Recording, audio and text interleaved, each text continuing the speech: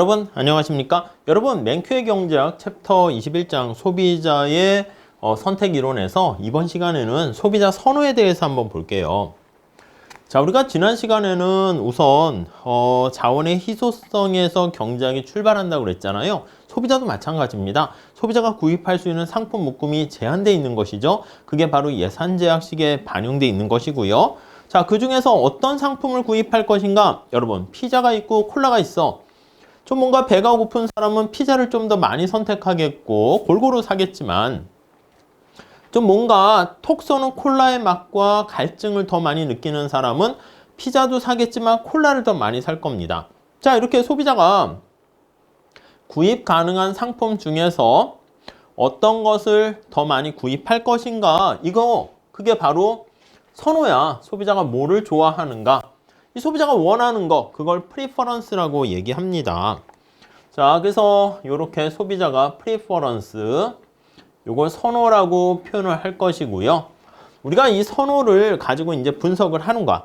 너 사과가 좋아? 바나나가 좋아? 포도가 좋아? 이렇게 되면 뭐 바나나보다 사과가 좋고 포도보다 바나나가 좋고 이렇게 각각의 선호를 잘 반영해서 우선순위를 결정하는 거죠. 선호에 대한 우선순위를 결정하고 그래서 내가 가장 선호하는 것을 선택하는 게 합리적인 선택이다. 이렇게 보시면 됩니다. 여기선 안 다루는데 우리가 뒤에 나중엔 어떻게 돌아갈 거냐면 선호를 가지고 분석하기가 좀 불편해요. 그래서 효용이라는 만족의 크기라는 값을 집어넣습니다. 그래서 숫자로 표현해. 그래서 효용 함수로 만들게 되고요.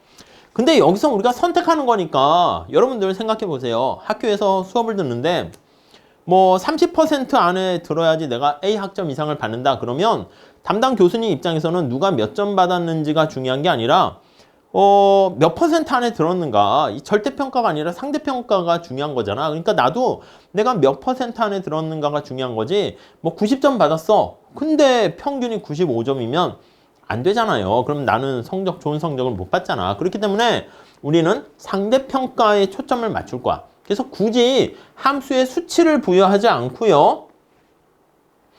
순서에만 초점을 맞춰서 여기 나와 있는 인디퍼런스 커브인 무차별, 이름이 이렇게 무차별, 인디퍼런스에서 직역을 해서 그런데 효용이 동일한 점을 나타내는 등효용 곡선, 무차별 곡선을 우리가 이용을 할 겁니다. 이걸 가지고 우선순위에 대한 순서를 나열한다. 이렇게 보시면 되겠어요. 이해 가시겠습니까? 자, 무차별 곡선은 도대체 뭡니까? 라고 하면 등고선하고 비슷합니다. 여기서 하지는 않을 거야. 그래서 등고선이라는 것은 산 높이가 동일한 점들을 연결한 선이 되겠죠. 그래가지고 원래는 이렇게 되는 거야. 여러분 등고선 생각해 보세요. 등고선 있으면 뭐 산 모양이 이렇게 있잖아. 그러면 동일한 높이를 나타내는 위에서 투영시켜서 보는 거야. 여러분 내비게이션 생각하시면 되겠습니다.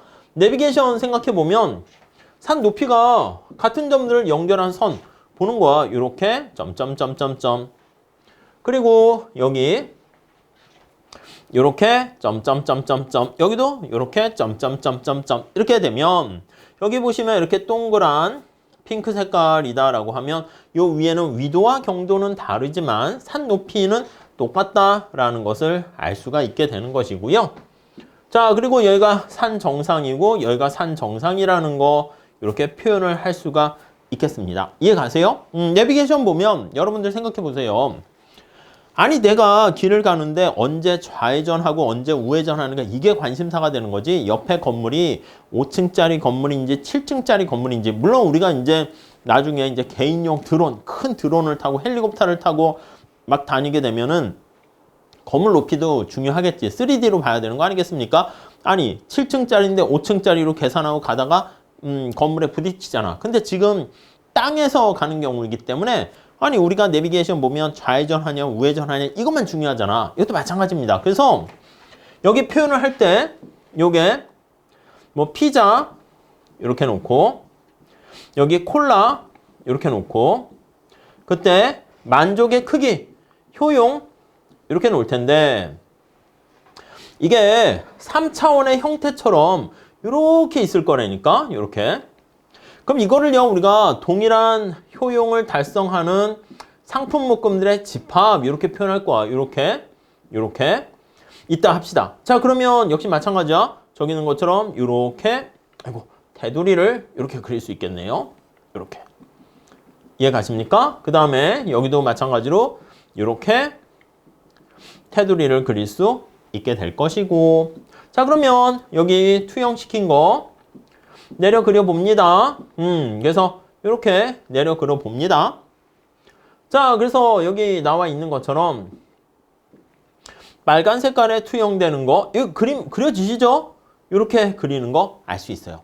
그래서 이거를요, 우리가 그래프 자체를 위에서 이걸 내려다 봐가지고 이렇게 투시해서, 우리의 관심사는 앞에서 말씀드린 것처럼 옆에 건물의 높이는 관심이 없고, 어떻게 왼쪽으로 가야 돼? 오른쪽으로 가야 돼? 그게 관심이니까 여기 콜라와 피자를 몇 개를 담아야 돼? 하는 거에 초점을 맞출 겁니다.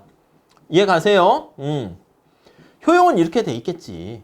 저를 바라볼 때 앞에서 보냐, 옆에서 보냐, 뒤에서 보냐, 위에서 보냐, 이게 다 다른 것처럼 이것도 이 효용 함수가 이렇게 3D로 여기 효용의 높이가 있을 텐데 위에서 투영시켜서 내려서 그림을 그리게 되는 겁니다. 여기 핑크 색깔, 여기 빨간 색깔, 이렇게 그림을 그릴 수 있어요. 자, 그러면 우리가 이렇게 생각할 수 있겠네. 자, 여기 A점이 있고 B점이 있고 C점이 있어. 자, 그러면 A와 B는 여기에 이렇게 밑에 투영시키면 여기에 있지 않겠습니까? A점이 있고 B점이 있고 C점이 있어. 그러면 여기 등고선의 원리랑 비슷하게 여기로 갈수록 산 정상으로 가까워지니까 산 높이가 올라가는 거잖아. 이쪽으로 갈수록 어떻게 됩니까? 효용이 더 높아지는 상황이잖아. 그러면 여러분 보세요. 핑크 색깔보다 빨간 색깔이 효용이 더 높지 않겠습니까? 네, 그러니까 C라는 상품 묶음이 A와 B보다는 더 선호되는 것이고, A와 B는 동일한 등고선에 있잖아. 동일한 위치에 있으니까 여기 있는 거랑 같아. A와 B, C 이런 꼴이야. 그렇기 때문에 우리가 뭘 할 수 있습니까 하면 우선순위를 나타내서 순서로 표현하는 게 지금 관심사인데, A와 B는 어떻게 돼? 이게 효용의 크기가, 순서가 물결 표시는 동등하다 이거야. 그러니까 선호하는 정도가 같고 C는 더 크다, 이렇게 알 수가 있게 됩니다. 오케이? 이해 가시겠습니까? 자, 그래서 무차별 곡선이라는 것은 지금 등고선의 원리랑 비슷하게 동일한 만족, 동일한 효용을 주는 상품 묶음들의 집합이고요. 그런 재와의 상품 묶음들을 연결한 곡선이 되겠습니다. 자, 그래서 우리 책에 나와 있는 요거 생각하시면 되겠어요. 요 경우는 ABC는 어떻게 되겠습니까? 대문자로 쓸게요. A와 B와 C는 효용이 동일하고요.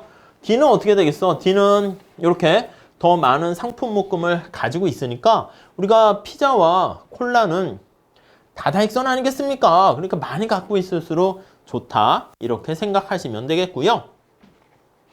자, 그 다음에 우리 거기 505페이지 가보시면 무차별 곡선의 기울기가 뭘 의미하는가 한번 볼게요. 이거는 내가 피자를 하나 감소시키는 걸로 책에는 돼 있는데 그냥 증가시키는 걸로 하셔도 돼요. 증가시키기 위해서 당신은 콜라를 얼마나 대체할 생각이 있습니까? 이 얘기야. 자, 그래서 그 기울기 다시 한번 볼게요. 그 점에서 소비자가 만족을 동일하게 유지한다는 전제하에서 동일한 무차별 곡선 상에 있으니까 만족이 동일한 겁니다. 자, 한 재화를 다른 재화를 대체할 때 교환되는 두 재화의 비율을 나타낸다. 이해 가시겠습니까? 자, 그래서 이 무차별 곡선의 이 기울기 있잖아. 이거 MRS라고 하는데, 자, 이걸 이름을 뭐라 그럽니까 하면요, 505페이지 5번째 줄에 있습니다. 한계 대체율이다, 이렇게 얘기합니다. 한계 대체율, 이렇게 보시면 되겠습니다. 오케이. 자, 한계라는 게 뭐야? 한 개 더 추가했을 때 그 뜻입니다. 자, 동일한 무차별 곡선 상에서 얘기하는 거야. 수평축이 피자잖아. 이거 XJ라고 할게요. 요거 콜라 YJ라고 할게요. 자, 그러니까 우리가 관심사가 되는 게 주로 XJ, X축, 수평축에 나타냅니다. 그래서 이렇게 할게요. 자, x제를 말 그대로 한 단위 한 개 더 추가하기 위해서 추가시 당신은 이게 효용이니까 선호 아니겠습니까? 당신은 콜라 y제를 얼마나 대체할 생각이 있습니까? y제를 포기라고 쓸까요? 포기하려는 대체하려는 같은 말이야. 대체하려는 비율을 나타낸다. 이렇게 보시면 되겠습니다. 네, 이해하시겠죠? x제를 하나 더 얻기 위해서 y제를 얼마나 포기하려고 하니 이렇게 합니다. 단. 자, 동일한 무차별 곡선 상에서 얘기하니까 동일한 효용을 유지한다. 이렇게 보시면 되겠습니다. 유지한다는 선에서 이해가시겠죠? 네, 그게 한계 대체율이고요. MRS에서 거기 나와 있습니다. M이 언제나 마지널이야. 마지널 레일 오브 서브스티튜션 X와 Y 이거를 대체한다. 이렇게 쓰게 됩니다. 아셨죠? 식으로 표현하는 것은 뭐 나중에 미시경제학 책 보면 자세히 나올 것이고 여기서는 그냥 피자 하나 더 넣기 위해서 당신은 콜라를 얼마나 포기할 생각이 있습니까? 그거야. 그러니까 이게 선호도를 나타내는 거 아니야? 저는 피자를 되게 좋아하는 사람이야. 그러면 피자를 하나 얻기 위해서 콜라를 많이 내놓을 가능성이 있고요. 저는요. 콜라가 소중해요. 저 콜라 광입니다. 이러면 피자 하나 얻기 위해서 콜라를 조금만 양보하려 하겠죠. 그러니까 이게 얼마나 당신은 동일한 만족을 유지해요. 동일한 효용을 유지하면서 수평축에 나와 있는 피자를 하나 얻기 위해서 수직축에 있는 콜라를 얼마나 대체하려고 합니까? 그 대체 정도를 나타낸다. 이렇게 보시면 돼요. 자, 여기서 한계 대체율은요. 우리 거기 두 번째 달러 거기 바로 앞에 볼게요. 지금 소비자가 얼마나 그러니까 소비자의 어떤 선호가 반영되는 거예요. 선호가 반영되어 얼마나 배가 고픈지 네, 아니면 거기 나와 있는 것처럼 얼마나 목마른지 이걸 나타내요. 목마른지 그 정도. 여러분 배가 고프면 피자 하나 얻기 위해서 콜라를 많이 포기할 생각이 있는 거야. 그러면 직관적으로 보면 어떻게 돼?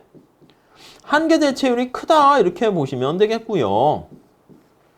오케이? 자, 관심사가 X축에 나와 있는 피자를 증가시킨다는 거에 초점 맞추세요.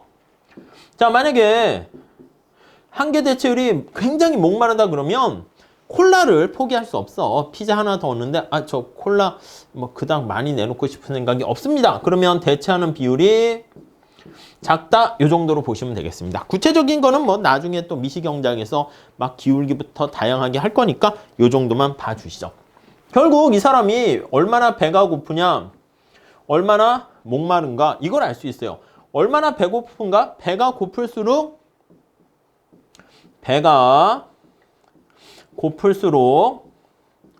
어떻게 됩니까? 피자를 더 좋아하겠습니까? 물론 콜라로 배 채우는 사람도 있어. 또 그런 얘기를 하시면 안 되죠. 자, 콜라는 갈증과 관련돼 있고 피자는 배고픈 거랑 관련이 있다. 좀 더 이렇게 보시면 좋겠습니다.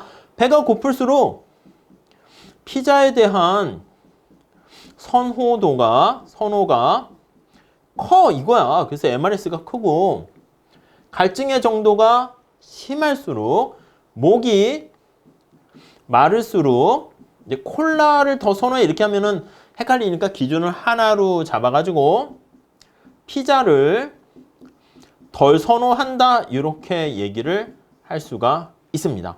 그러니까 피자에 대한 선호도가 작아 이렇게 할 수 있겠습니다. 오케이? 이해 가시겠죠? 자, 이 무차별 곡선에 대한 몇 가지 속성들을 하나 볼게요. 우선 첫 번째, 높은 무차별 곡선이 낮은 무차별 곡선보다 더 선호된다. 우리가 앞에서 등고선 생각을 했습니다. 그래서 모양을 이렇게 3차원에다 그림을 살짝 그렸잖아요. 자, 그러다 보니까 여기 x제, y제 요렇게 있다라고 합시다. 요렇게 있습니다. 자, 검정 색깔보다 파란 색깔이 훨씬 더 선호도가 크다라는 것을 알 수가 있어요. 직관적으로 봐도 높다라는 게 위에 위치한 거야. XJ, YJ가 있는데 검정 색깔이 여기 있고 파란 색깔이 여기 있습니다. 자, 그러면 한번 생각을 해보세요. 이렇게 비교를 할 수가 있습니다. 자, 여러분들 이렇게 한번 체크를 해보면 여기가 A점이야. A점, 여기가 B점. 자, A보다 B는 어떻게 됩니까? YJ 소비량은 동일한데 XJ를 더 많이 갖고 있는 거 알 수가 있습니다. 자, 이것도 마찬가지야. C라고 할게요. C와 B를 비교하면 X의 소비량은 동일한데 YJ 소비를 더 많이 하고 있다는 거 알 수가 있겠습니다. 오케이, 이해 가시겠습니까? 자, 그렇기 때문에 우리가 A와 C는 선호하는 게 같은데 B를 더 선호한다 이렇게 볼 수가 있고, 아니 우리 직관적으로 봐서 A와 C보다는 B가 XJ 혹은 YJ를 더 많이 갖고 있는 거잖아. 그러니까 우리가 다다익선 생각해 보세요. 아니 이왕이면은 쓰레기가 아닌 이상은 피자와 콜라를 많이 가지고 있을수록 많이 소비할수록 효용이 더 증가한다 이렇게 보시면 되겠죠. 자, 그렇기 때문에 우리가 두 번째 줄에 보시면 많을수록 좋다라는 속성이 반영돼 있고요. 다음에 무차별 곡선은 우하향합니다. 아니 여기 나와 있는 것처럼 동일한 효용을 유지하는 거와 동일한 효용을 유지하는 상품 묶음들을 연결한 선이 무차별 곡선 이렇게 돼 있잖아. 자, 그러니까 A에서 C 이렇게 간다는 거 봐봐요. 만족이 똑같은데 내가 XJ를 더 증가시키면 효용이 증가잖아. 그러면 안 된다니까. 그러니까 효용을 동일하게 유지해야 되기 때문에 당연히 XJ를 증가시키려면 YJ를 좀 덜어내야 된다라는 것을 알 수가 있습니다. 자, 그래서 만족의 수준을 일정하게 유지하면서 한 재화를 증가시킬 때 다른 재화를 얼마나 포기해야 되는가. 반드시 포기할 수밖에 없어요. 그러니까 두 재화 중에서 쓰레기가 있으면 우상향할 수 있는데 우리는 보통 쓰레기를 기준으로 분석하지는 않을 거야. 물론 나중에 쓰레기들 막 등장합니다. 뭐 리스크라든가 실업과 인플레이션 다 이게 쓰레기 천재들이야. 근데 그런 거 아닌 이상은 피자와 콜라 다 좋은 거잖아. 그렇기 때문에 우하향하는 게 일반적이다. 그렇게 보시면 되겠고. 자, 506페이지 첫 번째 줄 다시 한번 보세요. 동일한 만족을 유지하기 위해서 다른 재화의 소비량이 증가해야 된다. 어떤 걸 감소시키면 증가해야 되고 뭘 하나 증가시키면 다른 걸 감소시켜야 된다라는 걸 알 수가 있습니다. 자, 다음에 무차별 곡선은요. 교차하면 안 됩니다. 교차하면 안 돼요. 지금 교차 안 했잖아. 우리 책에 한번 볼까요? 거기 밑에 위에 21-4 그림을 한번 보도록 하시죠. 자, 그럼 그건 교차했잖아. 여기다 그냥 그릴게요.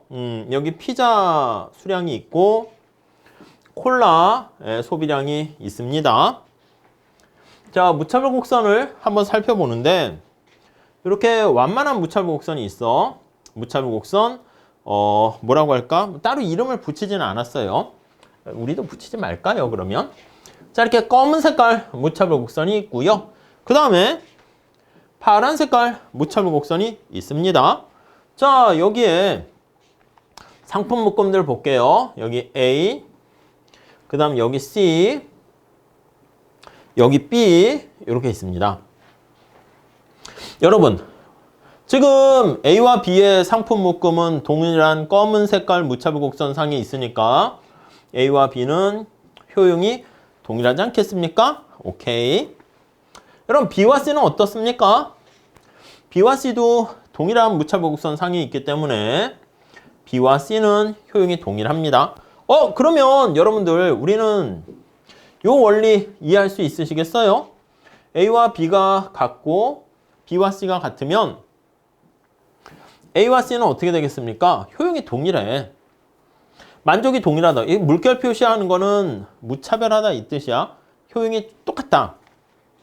당신은 사과가 좋아요, 바나나가 좋아요 했을 때 저 사과나 바나나나 뭐 그냥 똑같습니다. 이게 바로 물결 표시로 나타내는 거야.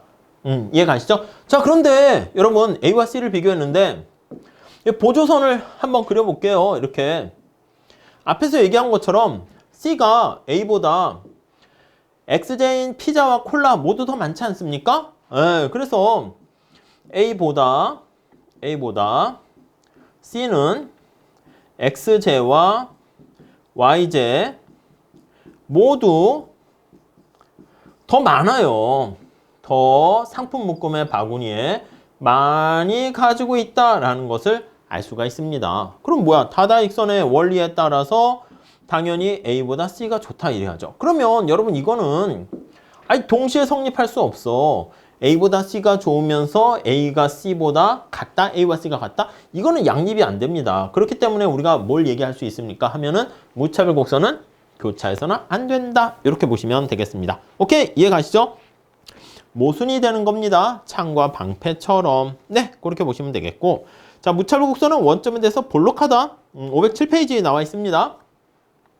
이게 이제 볼록한 상황이 되는 것이죠. 이 교차하면 안 된다 나와 있고, 볼록한 경우 한번 보도록 하겠습니다. 자, 이건 뭐냐면 앞에서 말씀드린 것처럼 여기 점에서 볼게. 아니면 여기로 해서 우리 책에서는 줄이는 걸로 했는데 늘리는 걸로 해보셔도 되겠습니다. 아니 여기 A점이라 할게요. 여기를 A로 바꿉시다. A 다시점 이렇게 할까요? 자, 여기는 B 다시점이라 할게. B 다시점 이렇게 할게요. 자, 우리 한번 생각을 해볼게요. A 다시점에서는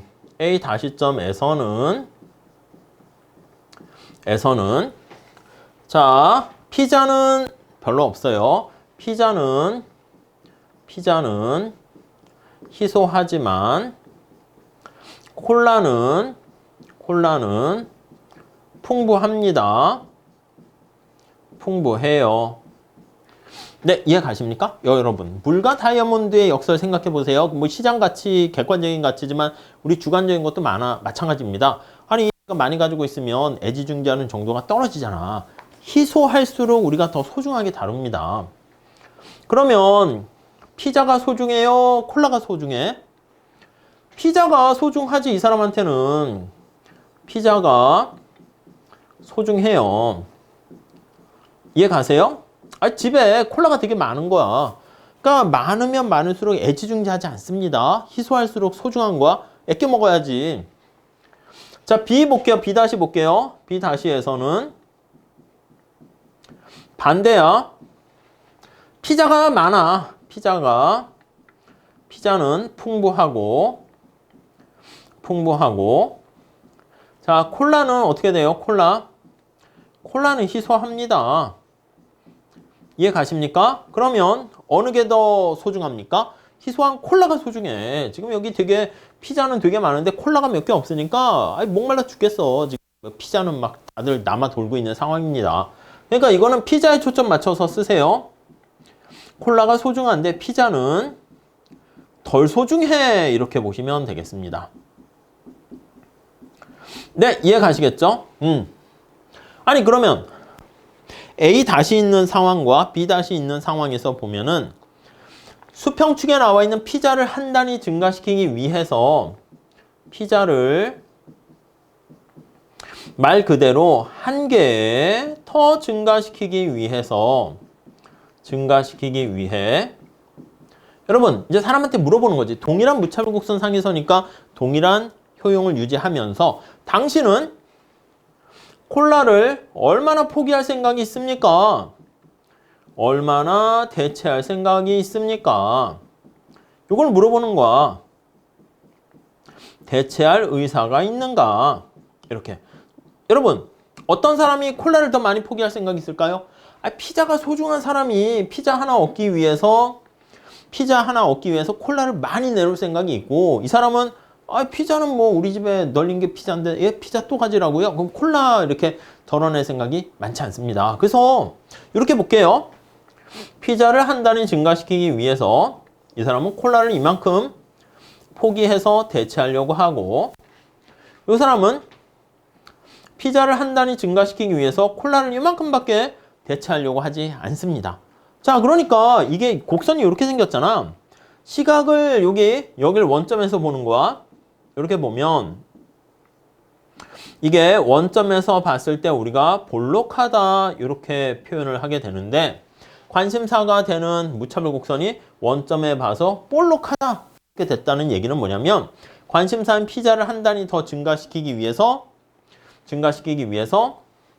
점차 대체하려는 콜라 요 한계 대체율이라고 그랬죠? 그게 점차 작아진다라는 걸 알 수 있어요. 이게 좀 어렵습니다. 그래서 거기 무차별 곡선이 원점에 대해서 볼록하다 이 얘기는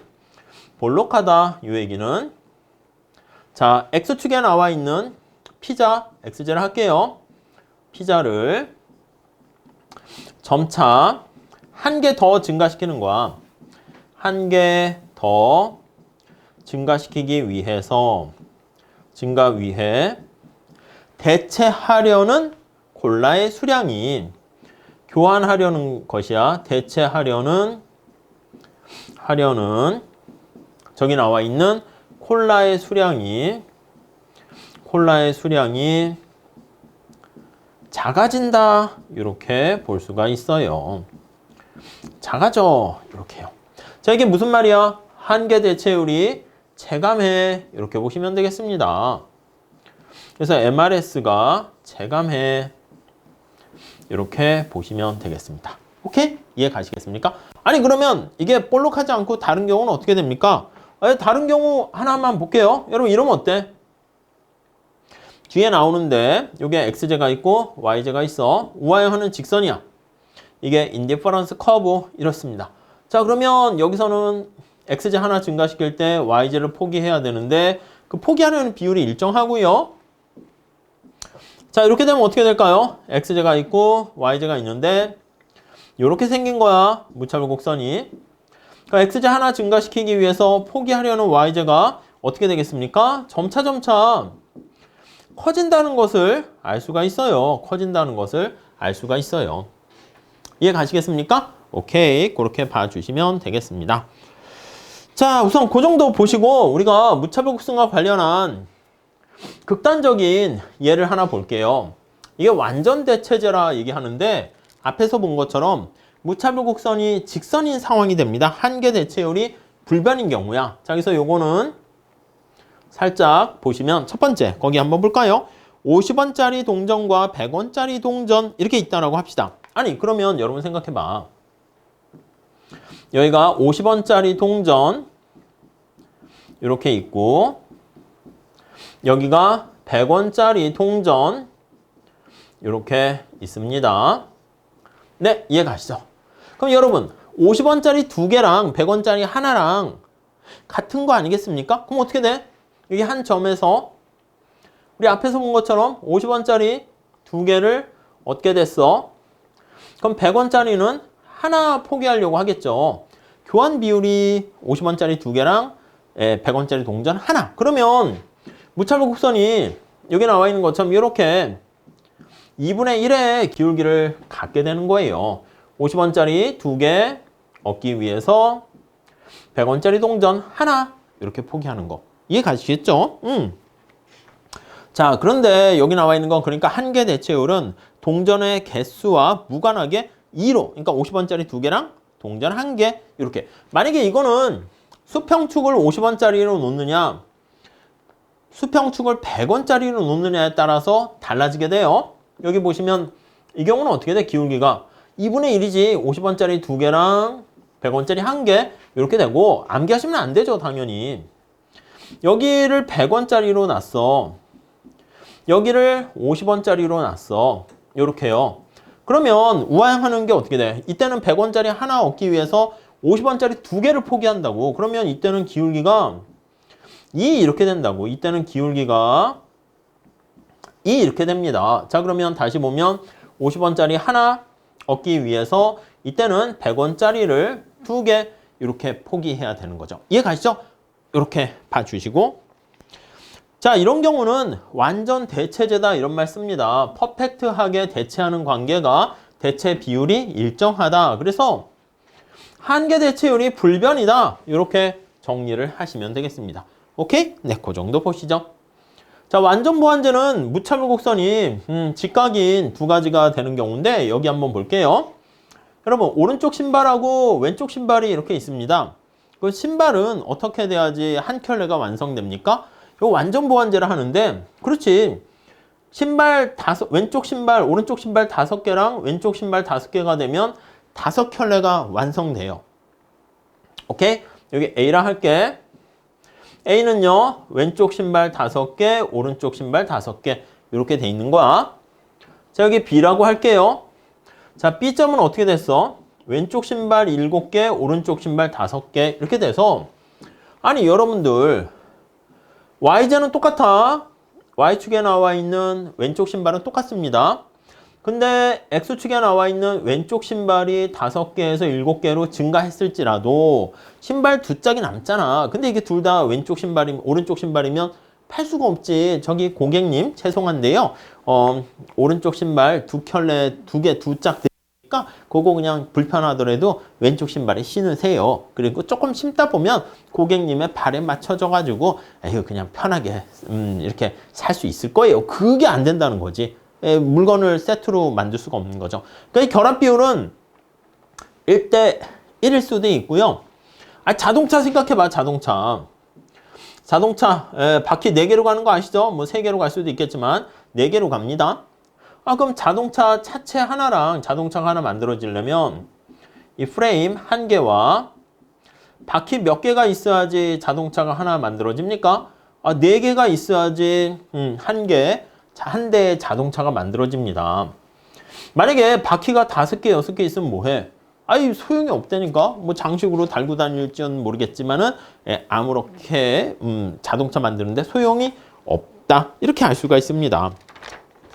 이해 가시겠죠? 자, 그래서 이런 경우를 완전 보완제. 이거 완전 대체제는 우하형은 직선이고요. 완전 보완제는 이렇게 L자가 되는 것이고요. 그래서 우리가 보통 분석할 때는 현실에서의 무차별 곡선은 여기 어디에 중간에 위치하게 될 겁니다. 이해 가시겠죠? 그래서 508페이지에 나와 있는 것처럼 그래서 주로 원점에 대해서 볼록하게 그렇게 많이 그리게 됩니다.